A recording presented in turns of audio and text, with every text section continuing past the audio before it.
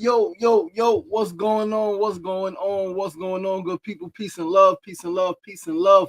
Welcome back to another episode of SR Daily. I'm your boy, your host, LaShawn Sugary Marston. You are tuned into episode 515 of SR Daily. I'm extremely excited to be here once again on this beautiful Tuesday, Tenacious and Truthful Tuesday. It is about 30 degrees outside, technically freezing, but I feel good. I feel great. Up early, man. Went to bed early. I might have been asleep by 11 o'clock last night, which is the first time in a long time. Normally up late. But that is something I want to work into my schedule, right? Work into my life, man. As I'm still refining myself, still refining my life, still always working to be the best that I can possibly be. Understanding that going to sleep early, waking up earlier is, most beneficial for me. I can be up late, right? A lot of times being up late, at least in recent years, has been related to just like emotional trauma and challenges, and dealing with shit. But I love to be up early, and the earlier I can get up and get the day started, the better I feel. Right, the better I feel, the more productive I feel. If I can get my workout in, an hour before the show, right? So whether I'm home or I'm in Brooklyn, I need to get up earlier so I can get. I need to go to bed earlier so I can get up earlier. Because ideally, I want to be up by 4:30 a.m. Right, so I can get you know even longer meditation. Right, I normally do a 20-minute meditation every day, but I really want to up that to an hour in the morning. I want to be up and get an hour of deep breath work, right? Of losing myself while awake in the subconscious mind. That is my ultimate goal: is 1 hour in the morning of meditation before reading, before exercise, before any of that. And the only way to do that really is to get up by 4:30 a.m. All right, if I can get up by 4:30, 4:15 or so, and I can be in meditation until 5:30. Then at 5:30, I can read and do all the other things I need to do. If I'm in Brooklyn, I can read and then begin to head out so I can get home earlier and then get my workout in. If I can get my workout, if I can start my workout at 7, if I can start a workout at 7 a.m. and work out from 7 a.m. to 8 a.m. daily, shower, get dressed, and be ready at 8:40, 8:30, 8:40 for my show, then that is success, right? And that is what I'm striving to. I'm striving to maximize my time, maximize my efforts, maximize my energy, all right? Maximize my success. Understanding, yeah, I'm learning a lot. I'm growing a lot. Um, Speaking of learning, I got more books yesterday. I got more books coming today and tomorrow. I really love reading. I really love reading, and I need to read more. All right. I think I'm a pretty simple but complex individual. I love reading, but I also love watching movies and documentaries. I don't really watch a lot of I don't watch bullshit shows. I might watch some violent movies sometime, right? To get that fixed out. But I'm even working on that, man. I'm working on taking in less violence. All right, less violent movies. I don't really watch bullshit gossip shows. But I love reading. But I'm a filmmaker, right? I'm a writer, author, right? But I'm also a script writer and I'm an actor, right? And I do all of the things. And obviously, I do some things more often than others. But filmmaking is like art, storytelling is my first love. So I watch movies and I watch like documentaries, various forms of documentaries. I got caught up, I'm not caught up, but watching I watched 2 episodes of the Diddy series. I watched prior to that. I was watching the series on healing, right? Series on how the brain works, right? The other night I was watching Napoleon Hill series. So I love watching. I love reading. So always trying to find a balance between reading and watching. Um, yeah, trying to find that balance again, working towards self improvement, self actualization. But listen, guys, we are going to get the show started. Once again, I'm your boy, your host, LaShawn Sugary Marston. You are tuned into SR Daily, episode 515 on this Tenacious and Truthful Tuesday. It is brisk outside. It is cold, but it feels great, man. Again, it felt great this morning. headed to the train. Great train ride in, reading, hey, reading, still reading How to Create a Mind, by, I forgot the author's name, Ray, one, I don't even know the name, Krasinski, some weird, not weird, but some name that is hard to remember and pronounce. But it's a powerful book, man. Just understanding, literally, like as the title says, how to create a mind. How do you build your mind? Understanding the brain, understanding pattern recognition theory, understanding like all of these different things, right? Neuroscience. This shit is incredible. It's absolutely fascinating. When I was studying psychology in my youth, I had no idea that it would lead me here, right? Especially once I left school, right? Once when I was studying psychology, like even before college, like in middle school or high school, I started getting into psychology, all right, and philosophy and theory and things like that. But even when I left college, when I dropped out, and I dropped out multiple times, dropped out and went back, dropped out and went back, dropped out. I think I dropped out 3 times. All right, I canceled my classes, went back, canceled my classes, went back. Doing that a few times. Once I left, I didn't think, because like when I left school in 2008, right? Because I went back to school 2008 March after prison, all of that stuff. I registered, I went back to school, and I didn't even finish that semester. I dropped out, and I was still in the streets at that time. I didn't stop hustling to the end of 2008. But when I left, again, I had an idea when I left prison, like it was film. It was film. It was writing books, and at the time it was like street stuff, right? And so when I left Kingsborough, when I dropped out and ended my psychology pursuits, I thought that it was this heat. I meant to turn the heat off. You're gonna hear the heat part of me. I thought that you know I was done with that aspect of life, right? And clearly, life happened in such a way. Stop hustling, get into activism, get into community organizing, get into community building, and now we're right back here at the mind, at the brain, at human emotion, at human potential, which is the solution to a lot of the problems that we have in our communities, to a lot of the problems that we have in society. It's helping people understand their brain, helping people take control of their mind, helping people regulate emotionally, and helping people realize and actualize their own personal human potential. I believe wholeheartedly that if each of us really truly pursues our own human potential, our human revolution, we're working on that constantly, there will be a lot less conflict in the world. And we're gonna get into that. But let's get the show started once again. Mona Love is Mona Love. Happy Tenacious and Truthful Tuesday. 8168 on YouTube. Thanks for tuning in. Black Power, peace and love. Sefu Senkofa. I am reading. We are one. Liberate. We are our own. We are own liberators. Former political prisoner Jalil Monte King. Peace and love. Thank you for sharing that. Kangarooni, what's going on? Noble Second Chances on the check-in. What's going on, guys? Let's get the show started with our first segment of the day. Today's first segment is a phrase of the day. Today's phrase is something that the elders say: whatever floats your boat. That is the phrase for today. Whatever floats your boat. This is what the old folks say, and it is so valid. Like, seriously, do you? I told Mona this last night, and I told her I was going to use it as a phrase. She asked my opinion on something, and my response literally was like, whatever floats your boat. And I'm someone who likes to ask people's opinions sometimes, right? So I get asking people you trust and love their opinion or perspective on a thing, but ultimately it is always your own decision. So yeah, when it comes to a favorite cereal, when it comes to a sandwich, when it comes to a car to buy or where to invest your money, the response can always come back to whatever floats your boat. That is the wave you ride. You ride the wave that floats your boat. Whatever floats your boat, that is the direction that you go. Simple as that. It does not need to be more complicated than that. If it floats your boat, go with it. If it doesn't, don't.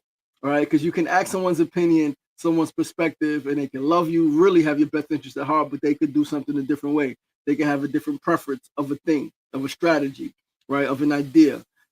And so, like, you got to follow your own inner compass. It always comes back to that. Know who you are.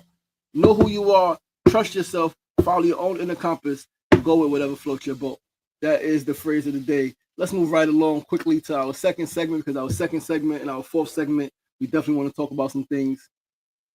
Second segment, as always, is need to know news of the day. Today's news, it's kind of like a news flash. It's a reminder, some knowledge for those who may not know, right? But your breath is your key to life. Like, your breath is your key to life. Truly, it is. even if you consider the Christian text, which talks about the breath of life, the breath of life, even if you reference that, right? If you're a Christian and you're like the breath of life, then you can understand that breath is life. The breath of life, breath is life.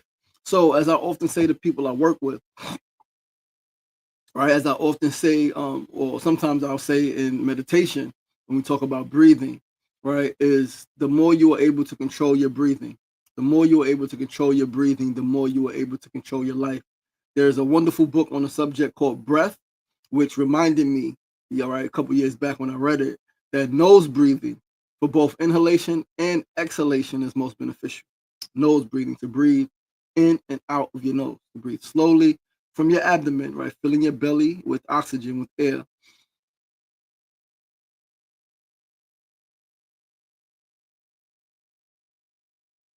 It just does something to you. It stills you. It gives you the energy you need. It gives you the mental clarity that you need. Right? Like even one breath does something to you. So imagine if you were consciously, constantly breathing in and out through your nose from your abdomen. Evie, what's going on, my sister? Peace and love. But let's look at the science, right? Science. Nose breathing is superior to mouth breathing because the nose filters, warms, and humidifies air, produces beneficial nitric oxide for better oxygenation, and promotes proper jaw facial development. While mouth breathing bypasses these benefits, leading to less efficient oxygen use and potential health issues. The particles that protect the brain aren't a direct debris barrier, but rather a lymphatic system within the nose that helps clear waste, though some tiny particles can travel to the brain via direct nerve pathways. While nose breathing is better filtration, tiny hairs, your cilia, and mucus trap dust, allergens, bacteria, and viruses, preventing them from reaching your lungs and brain. Nitric oxide production. Nasal breathing creates NO and sinuses, which widens blood vessels, improving oxygen absorption in lungs and blood flow throughout the body.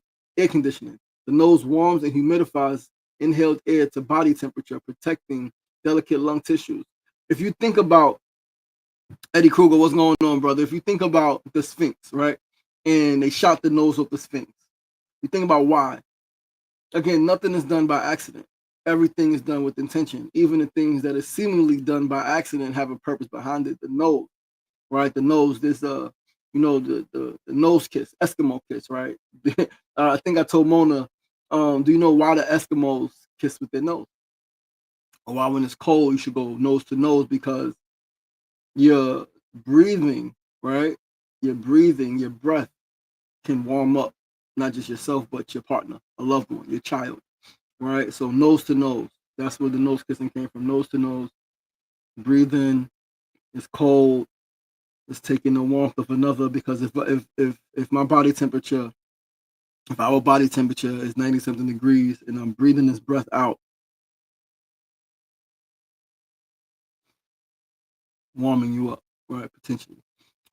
So better oxygenation, slower, deeper nasal breaths, increase oxygen and carbon dioxide levels, improving oxygen delivery to cells. Cognitive and dental health, better oxygenation supports brain function, memory focus, and proper nasal breathing supports healthy jaw growth and tongue posture. Right now, we're gonna get into something else, right? So you see how it mentioned um deeper nasal breaths, right? Slower, deeper nasal breaths. Now we're gonna talk about this, how deep breath directly affects your health. Breaths per minute. If you are breathing, and this is tough for a lot of us, right? A lot of us, we're not taught how to breathe. We just breathe and we think we're just breathing because our heart is beating. But a lot of us are actually holding our breath. A lot of us are short of breath. A lot of us are breathing through our mouth, from our lungs, right? So from our chest rather. Um, from 13 to 18 plus beats per minute, you have an insufficient amount of oxygenation. The mental effects of that are stress, anxiety, depression, and turbidity, right? Physical effects, more risk of disease, acidic metabolism, chronic oxygen deprivation, and you have more stress hormones, cortisol, and adrenaline.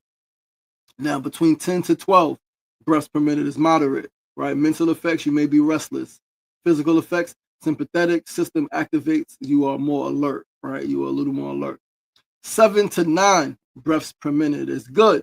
You are calm, You're relaxed. Your parasympathetic system activates. You are relaxed, right? Basic healthy metabolism, happy hormones, dopamine, serotonin, endorphin, and oxytocin. Between 4 to 6 breaths per minute. For some people, that seems impossible. For some people, starting out, that may very well be difficult. For me, a little challenging, right? Brain moving really fast, moving really fast. Slow the fuck down. Remember, as we said the other day, stillness is the way. Slow down, breathe with intention. It's a long game, right? And the more you're able to control your life, your breath, the more you're able to control your life, right? So between 4 to 6 breaths per minute. That's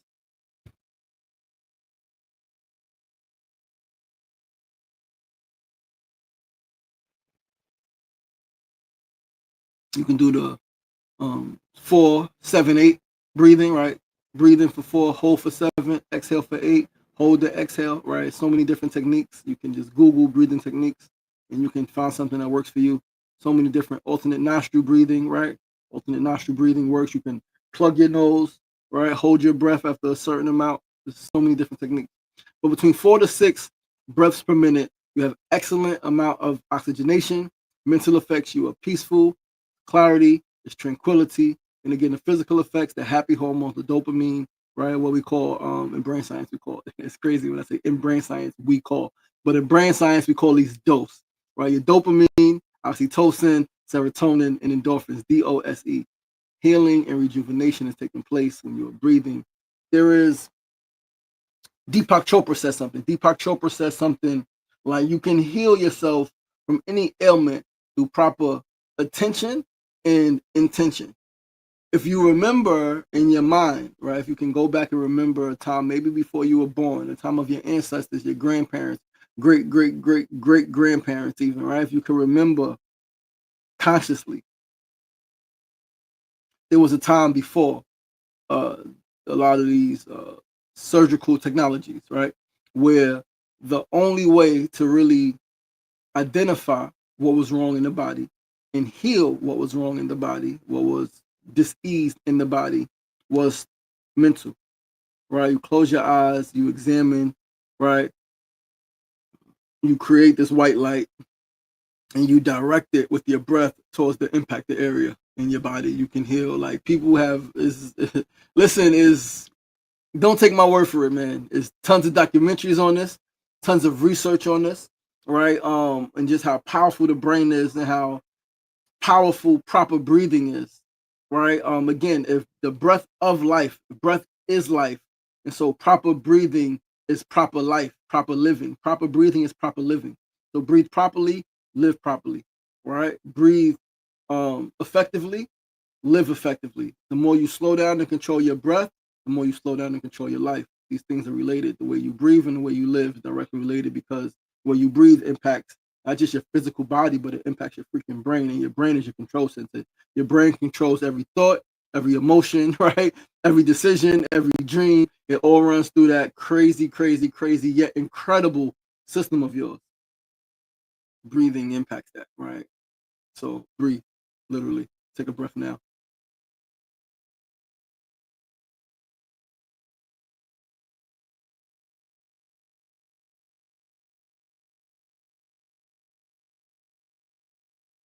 Thank you.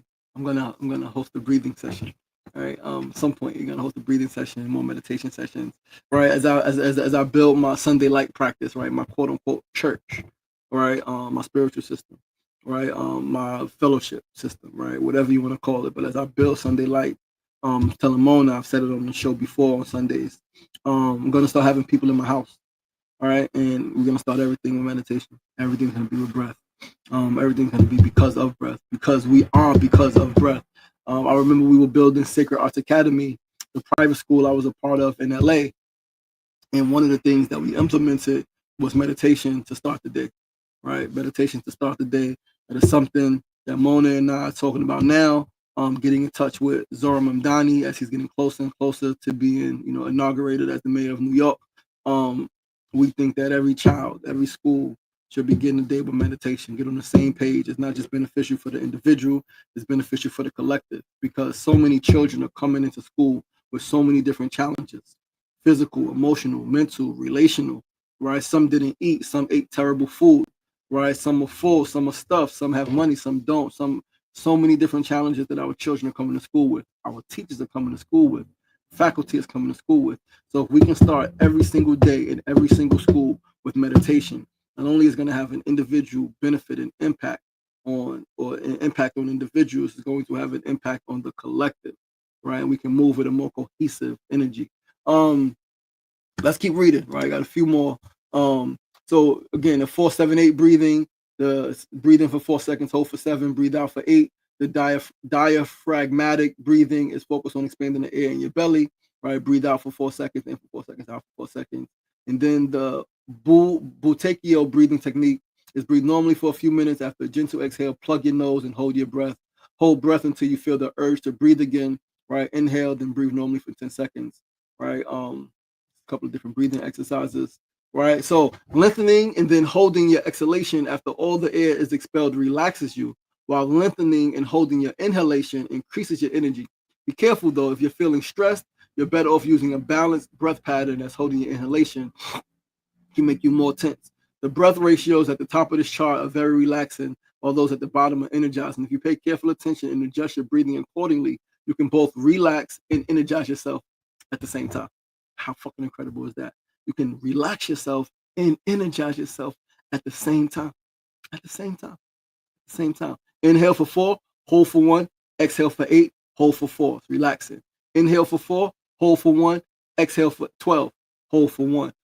Listen, man. This shit is fascinating, right? This shit is absolutely fascinating. I shared it in my Instagram stories. Right, the people you have in your life affect your nervous system and therefore your health. Choose wisely. Right, your breath is your brain's remote control. A study has found evidence to show that there is actually a direct link between nasal breathing and our cognitive functions. So nasal breathing affects the brain. Please Google it again. Don't take my word for it. Google it, do your own research. But you could, like, if you want, you could like follow my way. Yeah.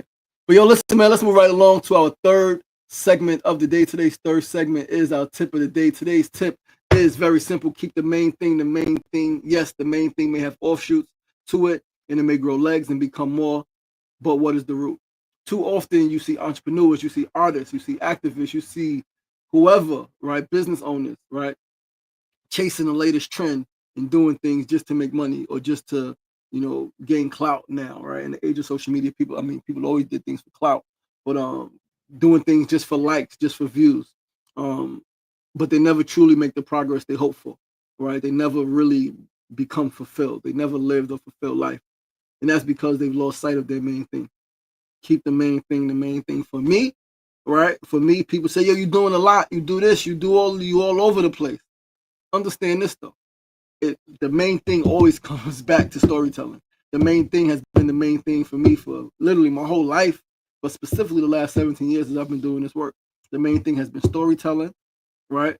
Storytelling is art, right? And it comes back to being whole. So that's healing, right? That's science. That's agriculture. That's gardening, right? That's freaking brain science, right? That's acting. That's all of the different things. I'm literally, the main thing is storytelling. And even more than that, because storytelling is just an aspect of self-expression, which is just an aspect of creating, right? Which is just an aspect of being whole. You can only create, you can create from any space, but you create from a whole space, even if the whole space is fragmented from another space. You can only, like, this, listen, man, I can turn this, we'll be here to 10:30, and I got some shit to do, and you guys got some shit to do, and then keep it too long. But keep the main thing, right? Keep the main thing my main thing. My main thing has been my main thing since I started this work nearly 20 years ago. It has not changed. It has not shifted. It may seem like it because I'm doing different things. I'm writing. And that's just because people don't understand the connection. People don't understand the connection between peace activism and agriculture and eating healthy. People don't understand the connection between mental health, emotional well-being, grieving, and poetry and spoken word on the block, right? People don't understand the connection between food distribution, right? Media, right? Like, they don't understand the connection between those things. And so that's on them, not on me. I know that this shit is connected, and my main thing is my main thing. Keep the main thing the main thing. And let's go to our fourth and final segment, family. Build of the day, always fourth segment. Today's build of the day is on how monsters are created. Now, although I do think there are some people that are born on the complete opposite end of the humanity and altruism spectrum, those who are flat out evil, quote unquote evil, I do think that most folks, right, most people who folks consider monsters were created through trauma. They were created through their trauma. Give me 1 second. I want to look up. I want to read something real quick before we get off of here, before I let you guys go. This is from Facebook, Sister Stacy Patton. I'm gonna read something from her page talking about this very subject. Stacy is an incredible writer, an incredible woman doing incredible work, incredibly important work, right? But she spoke about monsters, right? She spoke about it. And we're gonna read it, right? 1 second, I'm trying to find the post. I mean, she took it down. I don't think she took it. She don't really take nothing down. I'm sure this is here somewhere. She might have took it down. Oh man, maybe not. Let's see. Last week, let's go back. Keep going. Keep going. Keep going. Keep going. Keep going. Keep going. Because it's very important, right? It's very, very, very important. Where she spoke about pretty much the Diddy documentary, right? And how a person like Diddy was created, right? 1 second, I'm trying to. I really want to read this for you guys. I should have found it earlier.